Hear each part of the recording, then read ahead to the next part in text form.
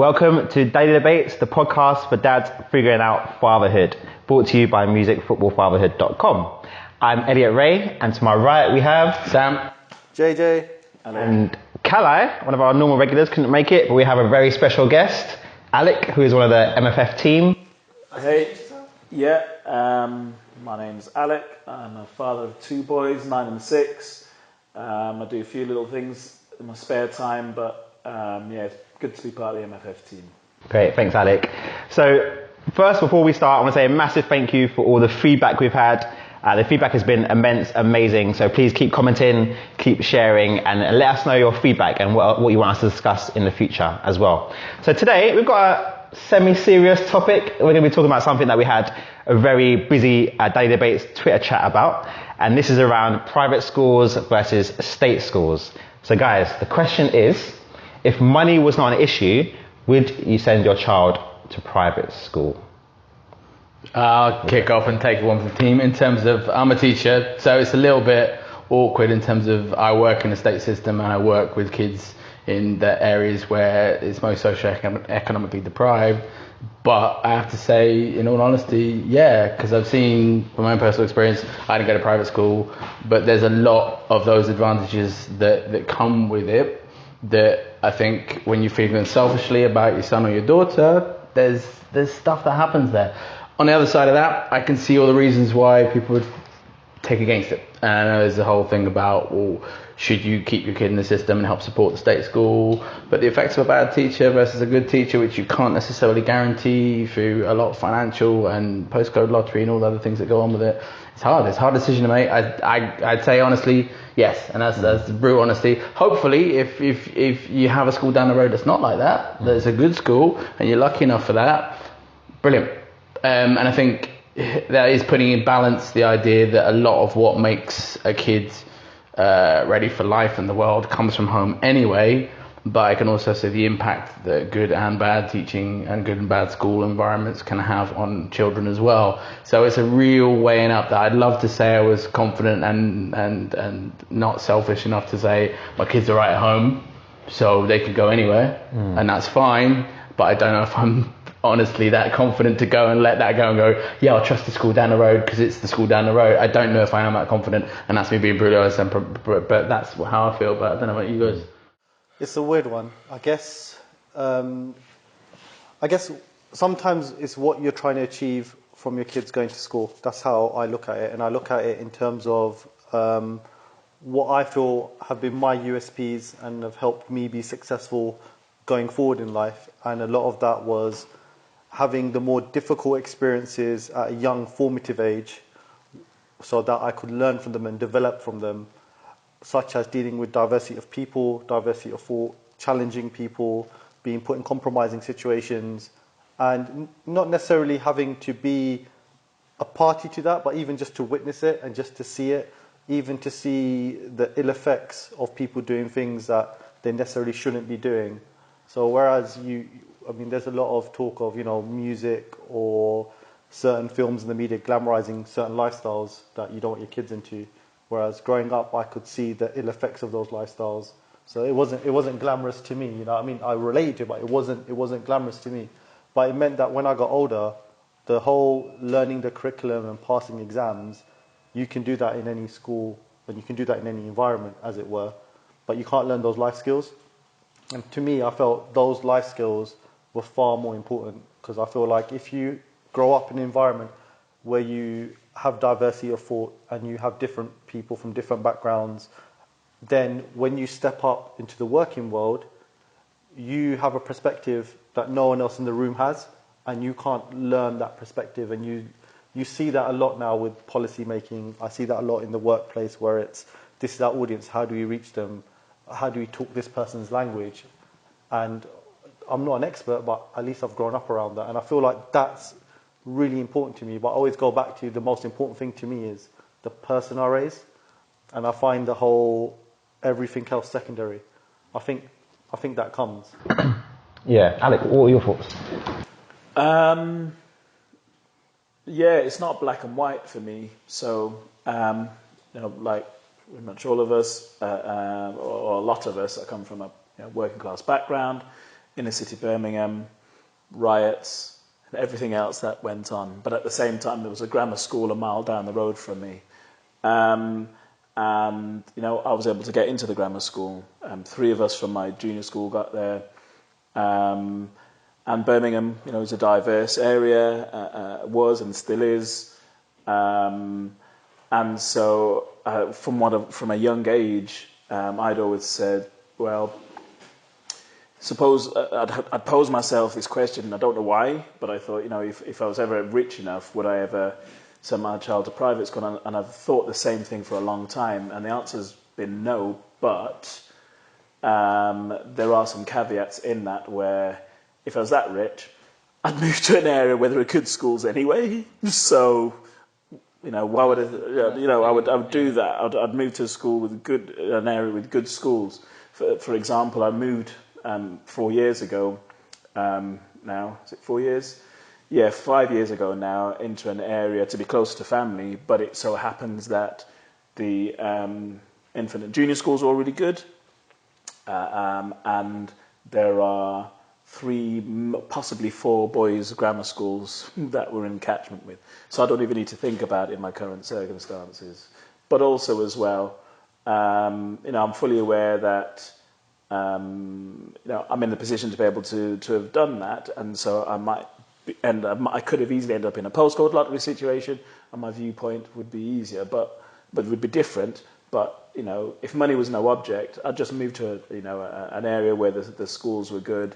Plus, as well, I've always said that, you know, I'm not a teacher, but I've got 2 boys who skills and learning and all the rest of it are different.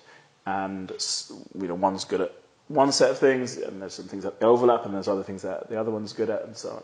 But actually, their abilities are different enough to know that their educational needs are different as well. And so how I support them in their education is different. So, in some ways. And so I'd get a tutor. You know, I'd get a tutor if they needed help in a particular topic, because obviously, you know, not all of us are good at all the topics that are out there, and we might be stronger at some and weaker at others. I'd get a tutor and just pay for a tutor to come in, because if my children really needed that help, I'd prefer it to be one-on-one than still be in a class of. That's kind of part of the thing about it when you talk about this as a topic of why I sort of like say, yeah, actually it's something that I say yes to, is because when you look at the education system, sadly, it is down to those variables you're talking about: where you live, whether your school's good enough, whether they've got a good department in this particular subject or that subject, can they actually provide for the individual needs of your kid. And I say that as a teacher, it's like it's a system that essentially is a bit broken as an education system, because it doesn't benefit everybody who's in it. But everyone's experiencing it. We're all going through this system, and we're all trying to get it. The impact of a bad school, a good teacher, a bad teacher within a good or a bad school, or a middling school is vast. And yeah, a lot of the stuff we talk about on here is about how the home can set them up for these things, and you set the morals and the guidelines and stuff like that. That doesn't mean that a kid can't have his whole outlook on a particular area of life being determined by a teacher. That I didn't pick up a guitar because my middle school teacher just didn't include me in music. And I'm in a lucky position. We're all kind of an educated, lucky position that wherever we may have grown up and stuff like that, we've come forward and we can sit and discuss this. But there's a whole lot of parents and a whole lot of kids out there who don't have that. Yeah. And that's what you're saying, and that's why I'm a little bit more kind of, I get it, and I get there's a horrible thing about, like, you almost betraying a class thing to say, I take myself out of this scenario and put myself there. But there's a different dynamic in a private and independent sector of schools where kids from all kinds of background get a whole lot of stuff other than just the GCSEs and the bits of paper. And there's a whole lot of stuff that I can see that in my wife, who went to private school, and I did. The confidence in lots of areas that I don't have is just innate. And there's a whole cultural thing. And you talk about the diversity, but the reality is, some of the schools I work in, there might be a diversity of sort of faith or colour or kind of race at base, but they're all from the same area. So there's not a diversity. They don't know why.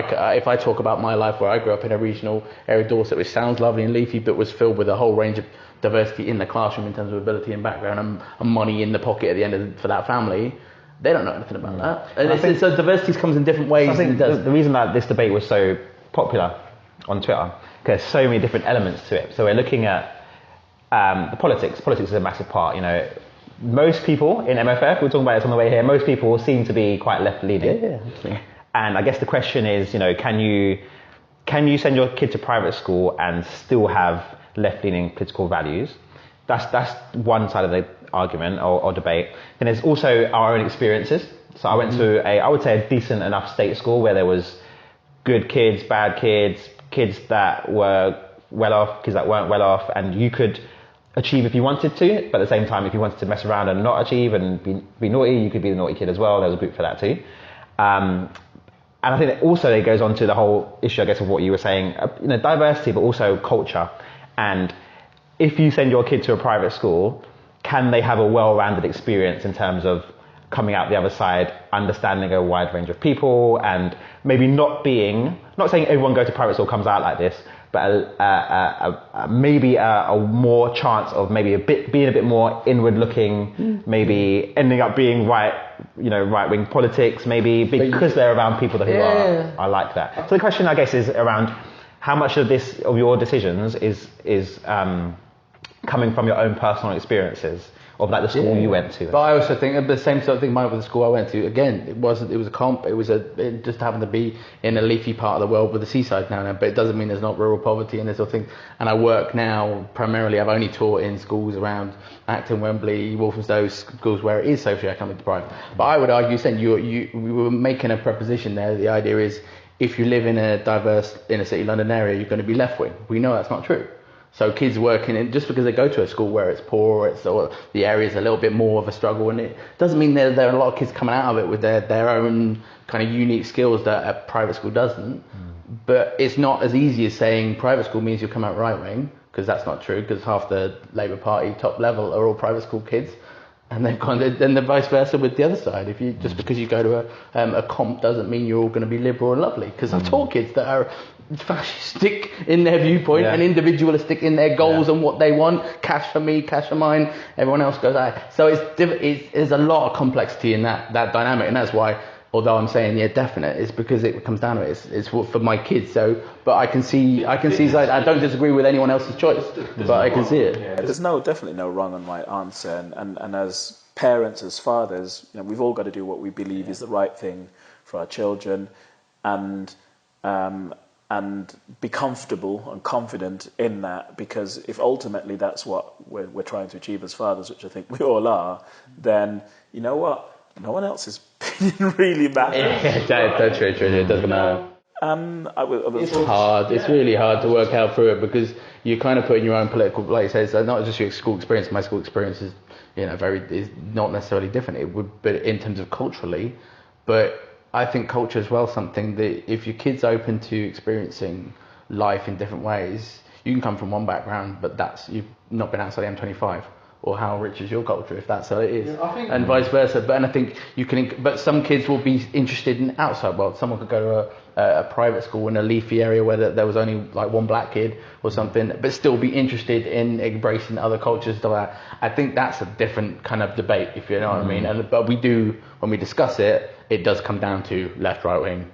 Do we want to do it? How much of a opinion on our shoulder do we have about people spending money for education, and how much we don't, how much do we resent it, how much do we not resent it, how much we comfortable with it, and that's tricky because you're treading on a lot of nerves with people, and it's about the private school system is nuanced in itself anyway. There's it's not one homogenous kind of set of kind of ways the school are, and so on, and so even that in itself. You've got obviously the Eatons and Wickham Abbeys and all the rest of it, and Harrow and all those, right down to other ones as well. So, as I said, it's a personal decision, and if money's no object, how many other things would we do that it's not just private school system. If money was no object, I where I am in my life, I'm able to live in an area that's much better than where I grew up, and my poor working class background. Does that mean I've sold out because I'm now living in a better area, and all the rest of it, right? In a end of terraced house, 2 up, 2 down, and all the rest of it, with 3 kids all squeezed into that with parents and all the rest of it, now to a detached house in an okay area. JJ, you were saying that it's more important about the person that you raise. How do you feel like private school is going to raise them in a negative way? So I look at it this way in terms, and this is touching on some of the points you're making and some of the sort of social political viewpoints you're touching upon.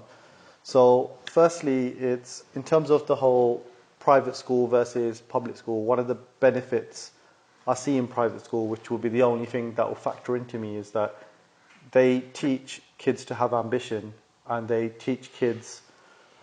The conversation in a private school, from my perspective, would be a case of if a kid went in there and said, I want to be Prime Minister, they'll say, this is what you've got to do to be Prime Minister. If a kid went into a state school, especially the one when I went to in Newham, was, I want to be Prime Minister, they'll laugh you out the door. It would just be a case of, no. If you just, the environment there is, if you just pass your next set of exams, you've done well. If you've then just got to college, you've done well. If you've just got to university, you've done well. And you almost teach kids to not be ambitious, to settle for their lot, to kind of be happy for where they are. Whereas you get that ambition. But on the flip side is, I look at it this way. It's, for me, I feel like I can wear a suit and be in a room full of people wearing suits, and I can wear a tracksuit and be with a row of people who wear tracksuits, with the connotations that come with that.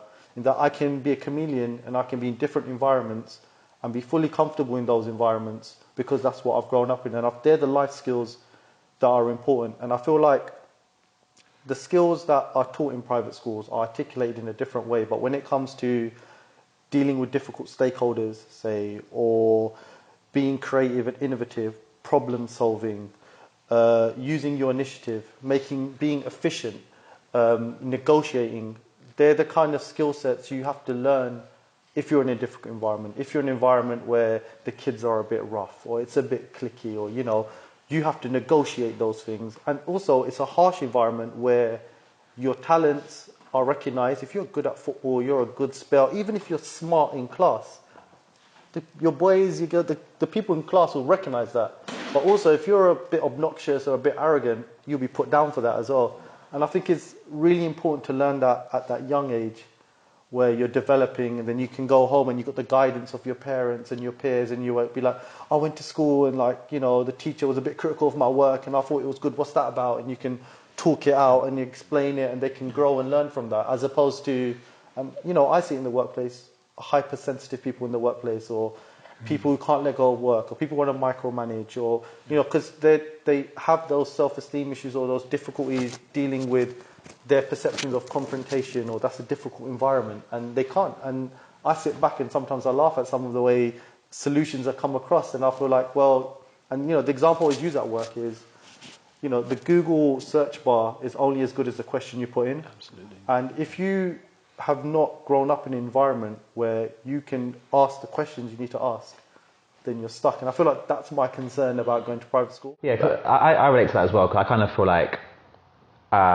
if I send my kid to a private school, my fear is that where it comes with loads of benefits, I understand around the networks, the confidence, loads of good things. I guess my real fear is, will they be able to navigate in a environment that's not a private school environment? So around some of their family members, if I take them back to some areas where I grew up, some of my friends, or it's just in life, that the area they may encounter areas, not just in the workplace, but just in life, which is helpful if you have skills and social skills and understand the dynamics of different people. Let me ask you a question. So that's why I am fearful. But the counter argument to that is, if I'm raising a child who essentially I don't think necessarily needs to navigate those areas, they go to private school and they go into a corporate job and they're living a life where they don't need to be streetwise.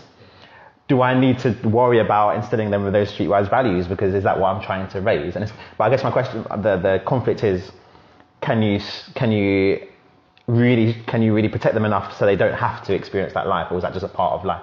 I'd put it as, you look at Colin and Will Smith in Fresh Prince of Bel-Air. So would you want your kid to be Colin, or would you want your kid to be Will Smith? Dancing No. Colin. Sorry, dancer. You're in now. Yeah. But Sam doing the Carlton dance. I can do it. but you get the point though, isn't it? It's like you can, but then that's like the ideal though, isn't it? That's the ideal where you've kind of had a bit of the difficult environment, and then you're parachuted into a more sort of insulated place where those negative traits don't go against you. Whereas, Fresh Prince of Bel-Air, yeah, it's everyone's favourite sitcom. But the premise basically is he probably would have got shot or killed if he carried on living where he was living. Yeah. So it's how, and that's what you're talking about. But we're playing with this is a kind of individual stereotype, and I'm fitting in it with the discussion as well. It's like numerous times, because of I didn't go to particularly the top end of universities. I didn't go, but people assume one, I went to public school, all these kind of things, and it comes with a stereotype. You guys are playing with stereotypes as well. And what I heard when you were describing what you want from your kid is exactly the mirror version of what happens at private schools. The private schools, there's a myopic version of what the world is, that they have good and bad things. There is schools are schools are school. There will still be bullying. There will still be people in hierarchies in there. In the same as you go to inner city, the kind of ones that I've worked in, there's still hierarchy. But what you have in both ends of the education spectrum, from the have-nots and the haves, if you like, if with what we're describing, they both don't know about the other one. Yeah. They're both equally fish out of water in either one. So what you basically kind of doing in a well-meaning way is doing the same thing that a private school parent would do. I'm not saying make it to that comp because I think they'll learn all the bad things that we want to teach them. You're doing the vice versa, but with another intention, another good intention, that you don't want a kid to be isolated from his roots and other things like that. And I think that's part of what the education system, particularly I think for in London and anywhere else that's ethnically diverse, that's part of the problem, because that's how the elite stays white in lots of ways. Without getting too deep on it, because they're more comfortable being up there, and anyone else from a working class background. My dad left school at 16. But we have books in the house. That home thing that you're all picking on and saying is good. But why does then, when you go to school, you're going, yeah, but they'll go down this lesser level of education because I'm more comfortable with that socially amongst my peer group. And that's kind of what we're saying a little bit. The peer pressure and the societal pressure for you guys to be a bit more real and less geeky and idiotic like me. It's like, that's the thing. Are we picking out the stereotype there of being cool or what street cred or streetwise? I don't know. I'm just being devil's advocate. No, because when you ask a question about Carlton or Will Smith, and it's like, my first reaction is to say Will Smith. But actually, when I think about it, if I had a son, I'd probably want him to be Carlton, to be honest, because he had his dad around. He seems like he had a better education. He's probably going to go into a good. Them jumpers though, man. But that's the thing. So it goes back to that. You wear a tank top, man. You wear a tank top. So I'm sort of like, yeah, I probably would want.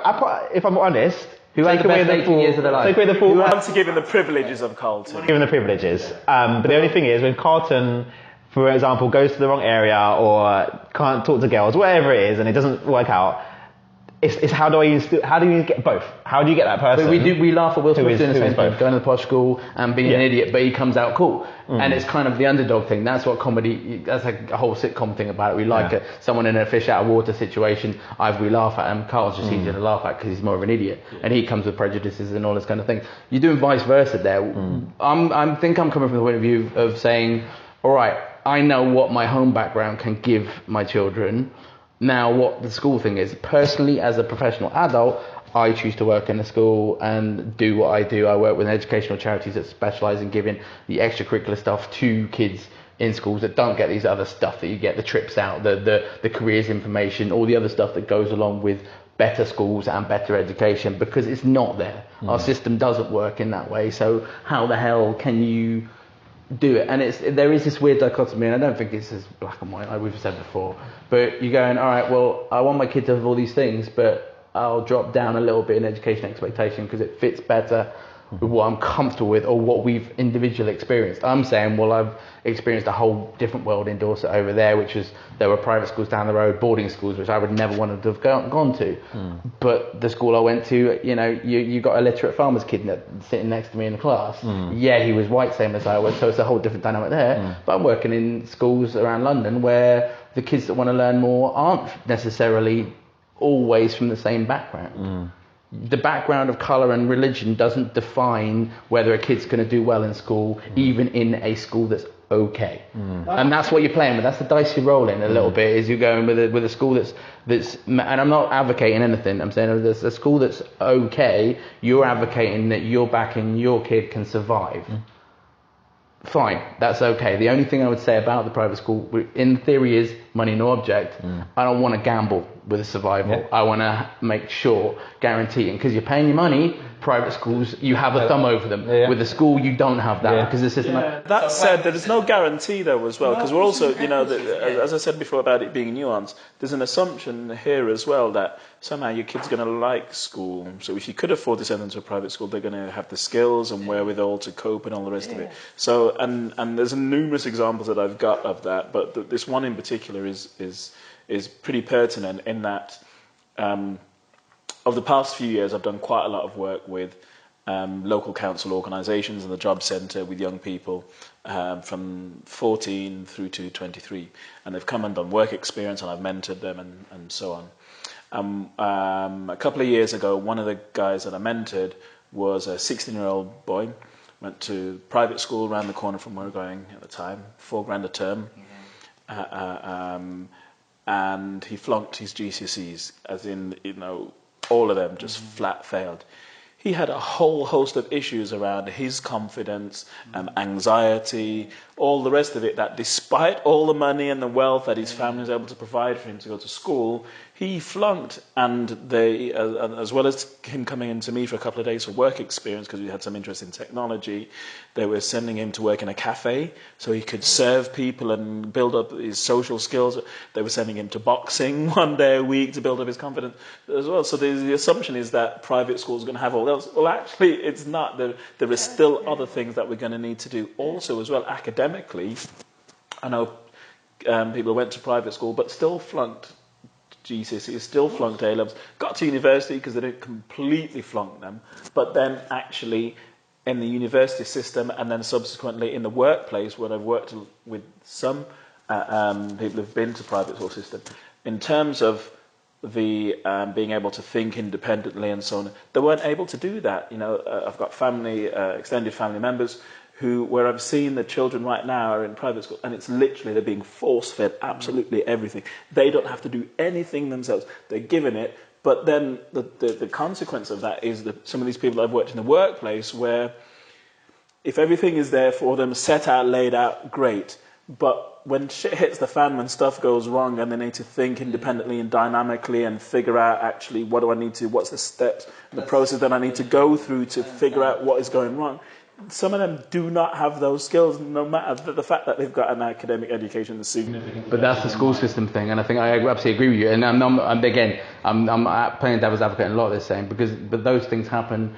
That's the school system thing now, and it's about the exam factory system that we have in the country, and the education system as a whole does that a little bit, and the joke of what the millennial generation have in terms of independent skills, etc. So you could go to one private school and find that, you go to another private school and find the opposite, you go to comprehensive school and find that, and you go to another comprehensive school and you find the opposite, the independence of that. We're coming with our own personal view for it, and you project massively onto your kids what you hope and what you want, and you see it, and I've seen examples exactly the same of that. Kids who A-starred the whole of their GCSEs, gone to a posh college down the road and been a fish out of water and dropped it. I've seen the reverse happen. Kids struggle and survive in a dirty little inter-city comp where everything's bad and everything's going wrong and it's Ofsted's there every day, and they come out the other end and they fly. So, and I've seen more of that, to be honest, because that's what I've taught. So my argument there is, well, that's because I'm fighting within a system. We're choosing to fight within a broken system, but as parents, you're not fighting, you're choosing. So it's where do you choose to drop? That's what I would leave with it. And if you're lucky, you've got a postcode or a school down the road that works, but you're still dropping your kid in there. Unless we turn society on its head and teachers become the most important thing in the whole world, and we pay them hundreds of salary and more people want to teach. But I'm a teacher, by the way. I'm just biased. Disclaimer. Anyone wants to pay more, that's okay by me. But that's what we're doing. We can't guarantee the quality. So you are the quality for your kids at home. Cool. That's it. Okay, cool. So let's round up. Let's give our final thoughts. So let's start with you, Alec. What are your final thoughts on the issue? Yeah, it's nuanced. There's no easy one size fits all. We agree that there are some things that need to be fixed in the educational system, but the reality is that as an individual and as a father to two young boys, I'm going to do what I think is the right thing for them and give them everything that I can give them. I'd go back to your earlier point where, truthfully, I wouldn't really care about the external factors of judgment and stuff, and I have no real qualms with this whole selling out or trying to replicate my childhood. I'd want to pick what I think is the best environment for my kid. and depending on what I feel the needs most are at that age. So if it's a case of I feel like academically he's doing well and he's thriving in his environment, socially he's a bit awkward or whatnot, and he could do with those life skills, then yeah, like I'd want him to be a rounded person, because no one succeeds only being good at one thing. You basically need all the skill sets. But equally, I wouldn't, be kind of like a communist and just be like, you're not going private school. If I felt like he could really fly and hold him back, I wouldn't do that. Ultimately, it has to be what's best for your kid, and that's the decision. But obviously, on a kind of like a personal view, you always feel like what you did was best, and I went to the most grotty gully school there was, and I felt like I turned out okay. I don't think we had all the elements in the periodic table, but I still did okay. So I'd feel like if he wants to do well, because I did, and I think that's where you have to humble yourself as a parent and say, all right, yeah, but come on, this is a different environment now, and it's not always my way was the best way. I think I've said too much anyway, but I think it comes down to exactly what these two guys say. It is about your personal choice of what you hope for your kid, but it's just picking up on those kind of, we come with stereotypes. If you haven't experienced an independent school, and they vary, the same as comprehensive state schools do, you don't know what we're talking about necessarily about what your choice. And that's the thing, go and find out. If you're that concerned about your child's education, find out what's the best in your locale, because we live where we live because of jobs and economic. That determines a lot of things. Then go and find out and get involved in your school. If your school's improving, become part of the PTA, be a parent that's engaged, because that helps. I know all teachers across the world want parents to be involved in what their local school is doing, because that improves the quality of what happens, because it creates the triangle perfect. The kids getting looked after by home and parent, and it works, and wherever the school is. So personally, that's what I would end on saying. Well, I think you guys have wrapped up perfectly. So what they said. But thanks for watching.